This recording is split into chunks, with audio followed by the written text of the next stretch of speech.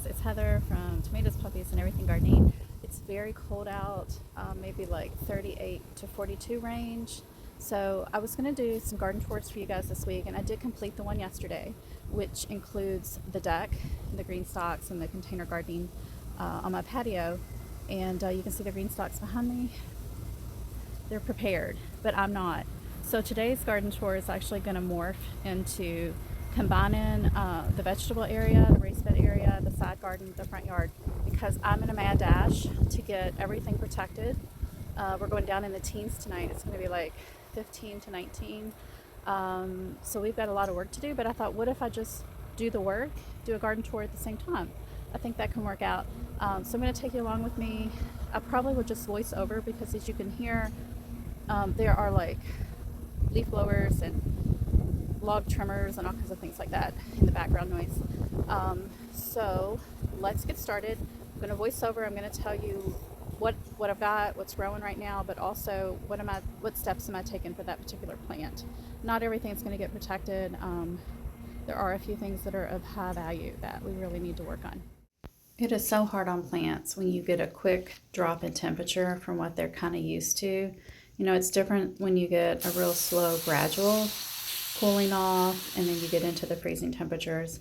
But we are so up and down. You know, we could be 70 one day, we could have a drop down into 19 2 nights later.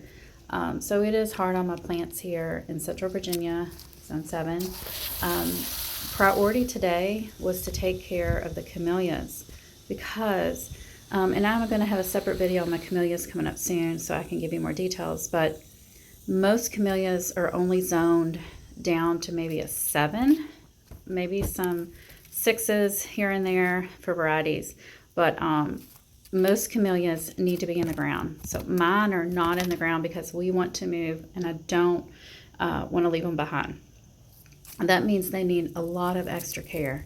So separate video on that, but here I'm starting kind of the garden tour after I gathered some frost blankets and such for tonight. You saw that I was showing you that hydrangea.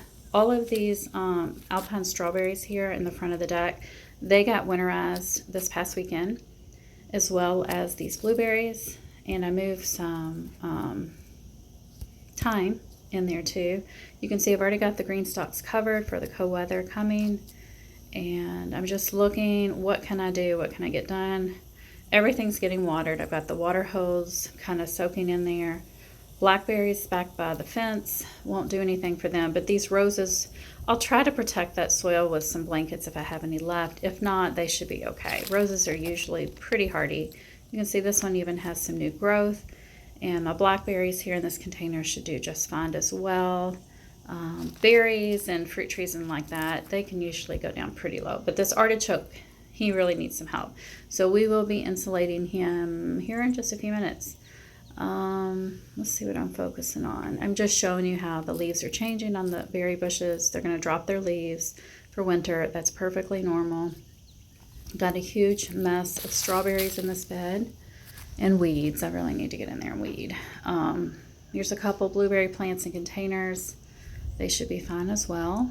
They're losing their leaves. This bed, I tell you, I had peas growing up that trellis. Tonto has been coming in here, taking out these peas, just eating the vines. Not even any peas yet. He's just eating the vines. But I also had a couple of the flame beets in there I wanted to have go to seed.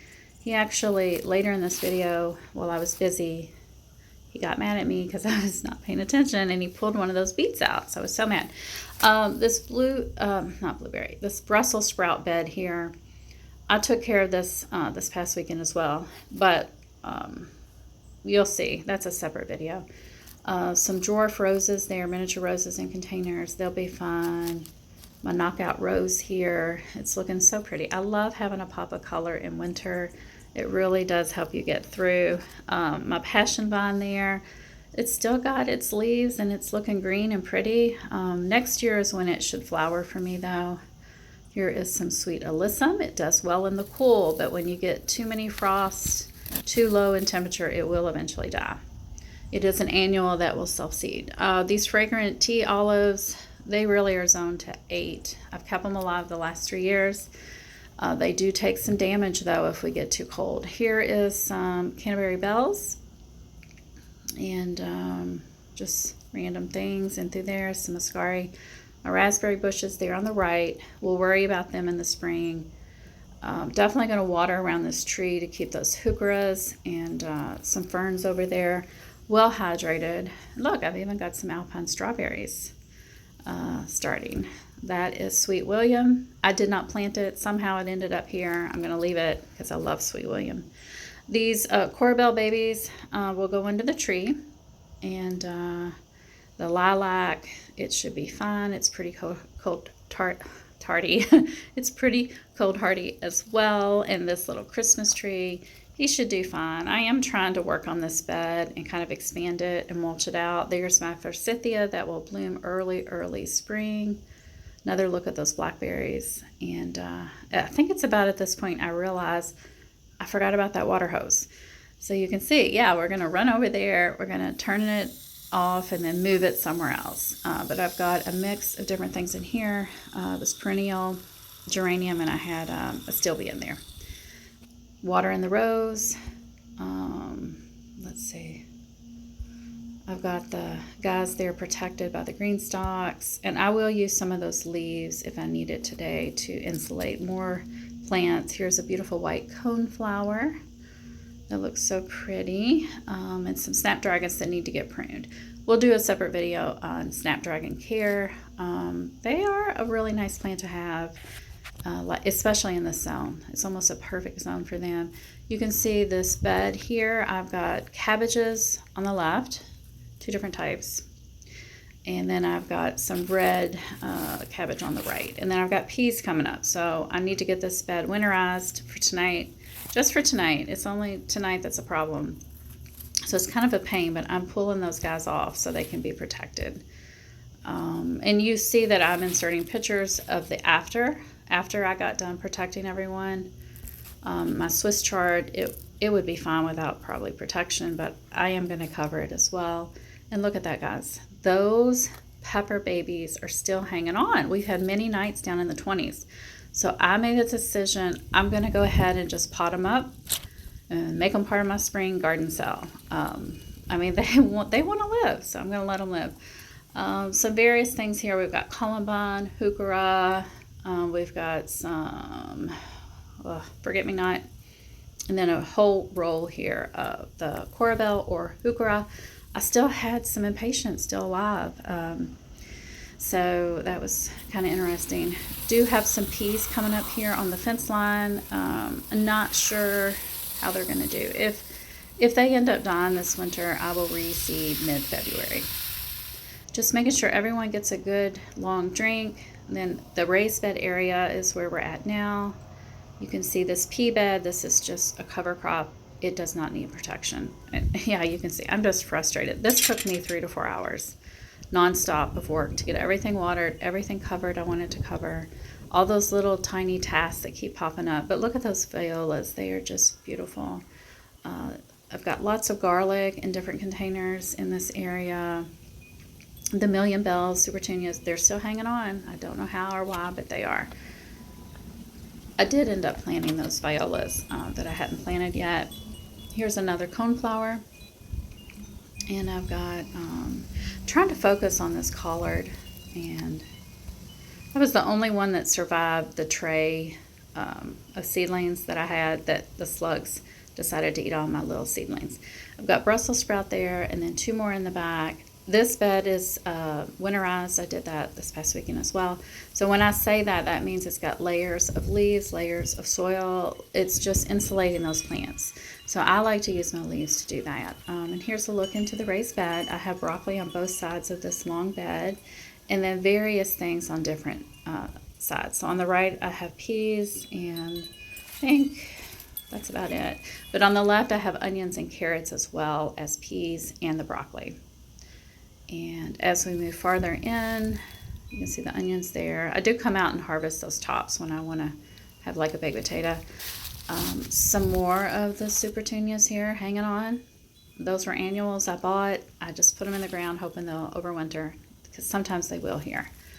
And I am still pulling larkspur out from the edges of this bed. And that's a different video. You need to go watch that because you do not want to get larkspur started in your garden areas where you have edible food. Strawberry, spinach, I have several containers of that on this back wall, but right now I'm showing you the snapdragon vine. It's still hanging on, which is, I feel like, a miracle. This is like a zone 9, 10 perennial, so for me it's an annual, but it just likes to hang on way, way into the winter here. I have harvested those seeds several times, so I have plenty of seeds for next year, which is great. I love that. That's one of my favorite plants. More cabbages. It looks like we're going to have tons of cabbage. I don't know, say April, maybe May. We'll say April. And this is a future video as well. This bed is empty right now, but I really want to work on it. I am going to water it though, because I don't want the soil to become hydrophobic from drying out too much. And there's just a glimpse into the backyard. And Tonto, of course, was getting mad at me because I was in this area. He cannot access this raised bed area. He gets so mad when I'm in here. And here is a beautiful pansy. They're so perfect to have in the winter. Some sweet Alyssum still hanging on. And here, this is Roman chamomile. Chamomile will grow in lukewarm temperatures. It doesn't like high heat. Of course, it doesn't like the frost, but it is, that particular variety is perennial for me. It's a ground cover as well. You could even make a whole yard of it and it would be stunning and beautiful and smell amazing. And amazing also, I have borage still alive, and I don't know why. That's white borage that I planted really late as an experiment. I think I might go harvest those leaves and do something with them. I just can't believe it's hanging on. We've had so many nights down in the 20s. Some more pretty pansies I like because they look like clowns. It makes me think of a clown. And then we're coming over here to check on the primrose is in that little container. And then on the left is my hellebore. And I also have a corbel in there as well. So now we're back over to the raised bed area. And we're going to work our way down and water. So like I said, this video probably is 20 minutes. But this was a 3 to 4 hour nonstop stretch of time where I'm getting everything watered. Everything covered that needs to be covered. More borage over there. Peeking around. Yep, just watering everything. This is a sedum, and I think it needs more soil. I think I'll go give it some more soil, but not right this second. I've got some collard babies in there with carrots, and then on the right, that is, what is that? Ugh, can't even think. We'll just move on. So, and then I had some cauliflower in that container as well. Various projects, we'll talk about those later. And then this is so interesting. Forget-me-nots look an awful lot like calendula. I thought I had all calendula up in this container, but actually two of those, the two on the far left are forget-me-nots. I'm going to move those to the backyard and leave the calendula so it can get the full sun. Another coneflower opening and blooming, and I've got some beautiful variegated sage in here with some kale. I think it's some kind of Russian kale, maybe red. My collards, I've got a big one in the middle and then two littles on each side. And I have harvested this twice in the past week for different recipes. These guys were just from dropping seeds this early spring, and then I just let them grow to see what would happen because I was hoping to get the seeds. They have not bolted yet. Still waiting. Must be a very, very good variety to grow in the summer is what that's telling me. So now we're working our way down towards the road. You can see most things are brown now. This is the brown period of the gardening here. Do have some vinca hanging on underneath all this dead holy basil. At this point, it was like probably down to 30, 31 degrees. I was so cold I had to go get some gloves. This is Rudbeckia. Don't remember the variety though. And then I've got some mustard here growing on the left, planted from seed. There's a little patch of oregano that I keep there. And we're working our way up. There are garlic cloves in some of the containers you'll see coming up on the left. I guess I'm just showing you I need to go cover that artichoke as well. And you saw my beautiful rosemary off to the left of the artichoke as well. And there's garlic in there. And penstemon there in the background that I'm focusing on. It will be so pretty come spring. And More garlic in that little container. And this is a ginger experiment I just showed you. That is heavily insulated under those leaves. You just can't see it. Yep. And then pincushion in this container. I did water that well just to protect those roots. And this artichoke, he is heavily mulched with leaves and layers. And I'm also going to put a box over him tonight, just for tonight. The one down by the road will get a box, and then there's another one over here. Yeah, this one will get a box as well. You can see I've still got Mexican mint hanging on. It's perennial for me. It really shouldn't be, though. I think it's a zone 8 or 9. Comes back every year, and, you know, that's great. I love the flower. It's a beautiful papa yellow, like come September, October. And we're just moving on, making sure everyone's getting water. So here in a second, I'm going to switch hoses. But I'm going to drain this hose out before I shut off the water, and I'm going to unhook the hose from the house. So that's definitely something you need to do every time your temperature is getting below freezing, so that your hoses and spigots and pipes and all that don't burst or have any damage. You know, next time you want to use that hose, you don't want a big hole in it. So covered that artichoke with a box and an empty watering can. I should have left a little water in there. I did empty out my rain barrel as well today. I didn't want to take a chance on it burst, like the seams cracking or anything like that. My garden flag, it's time to change it. You know, I need to put something Christmas up there. Lots in this bed is gone dormant, although I found a big problem, and you'll see right now. Look, this aster, one of my favorite asters, it's already got new growth for next year. And I'm like, why would you do that? It's not time. Please slow down. So I covered it with leaves, and we'll hope that it doesn't get too damaged from this cold weather coming. My red twig dogwood that I adore. There is a yellow, orangish color twig dogwood that I would like to get someday, but, you know, not yet. Someday when we move. Some Russian sage there that's kind of in a dormant state. Pink muley grass. Lots and lots of chickweed that needs to get pulled. And then we're going to move into the yard, and then I've got 2 giant raised beds. They're not raised beds, garden beds in this section. Looks like I'm focusing here on these containers first. I did have cayenne in there, different perennials here on this side, different things in those containers as well. And some hibiscus are in the 2 on the far left. This is all going to be either Nigella and or larkspur. If I was to bet, I would say 99% is larkspur. You can see how aggressively it seeds itself. These guys will start to bolt like late April, and then you'll have a beautiful display of coloring. But remember, I learned my lesson on letting larkspur migrate into the garden area where you have edible food. So keep that in mind. It is an extremely toxic plant. So here are some Mexican sunflower flower heads. I just crushed one and sprinkled it.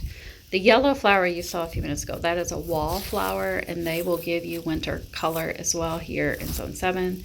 Some straw flowers still looking beautiful out here on this freezing day. The temperature is dropping like every 10-20 minutes. It's dropping. It's getting really cold, and it's so nice to see that burst of color. That is my pomegranate, and I actually need to get him insulated a little bit more than I've done. Shasta daisy, I just left those seed heads for the birds. They love to eat them. My garden is very brown and dry and ugly, but it's because I leave a lot up for the birds. You see the sea holly there is looking lush and green. It's ready for spring, but we've got a long ways to go. More wallflowers there on the border. Tons of oregano. I need to cut that back. You know, I've learned my lesson about oregano and mint, but I'm still going to leave it there in the ground. Oregano is a great plant to have, so you can't have too much. So we're moving over here. We've got feverfew. I like to keep feverfew on the borders of my properties, and not properties, well, property lines. One property on both sides. Some yarrow there with some green growth. We just passed a few seconds ago. Some more things in containers that are dormant. They will come back. They look like this last year too, and then they look beautiful this year come spring. Bridal bush. Then I moved my mock orange there to kind of, I don't know, give an effect with that bridal bush. They will look pretty together. I don't think they're going to bloom at the same time though. Lady Laura Camellia. Probably will not bloom for another, I'd say 2 months at this point. Sunshine Ligustum, and I've got ground roses in those planters. Here you can see the deer have come up here and eat my pansies. That's what that looks like. That means you've had a deer come by when it looks like that. They will probably bounce back as long as they don't get eaten again very soon. And you can see lots of things are just dying and going dormant. My 2 big planters here at the walkway. This was a video we worked on. They're doing okay. The broccoli's kind of slow. Everything's slow growing, you know, like the broccolis and the cauliflowers and all the brassicas. I'm kind of walking up on the front porch. That was vanilla grass you just saw. And then some more of those pansies I got on clearance. Just used them anywhere I could fit them pretty much. And let's see. Yeah, there's another look at those 2 big planters. It's purple broccoli, burgundy broccoli I think it's called. And yep, we're going to just do a few pictures here because I didn't feel like walking back down there, I don't think. Well, I did to take the pictures, but trying to shorten the video. Was more wallflowers. You can see painted daisy. Foliage was there. And I think we're getting ready to end because I think my video was getting ready to shut off. The phone was really low on battery. Turtle head here in the back. I need to get those seeds harvested very soon. Very, very soon.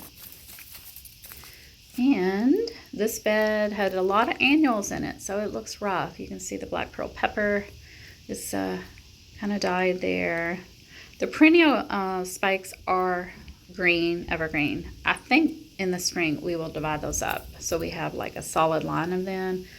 Of course, that lemon balm likes to be evergreen as well, and it gives you color, but it does spread aggressively, very, very aggressively. All right, guys, I will talk to you soon. Hope you have a really wonderful week. Bye.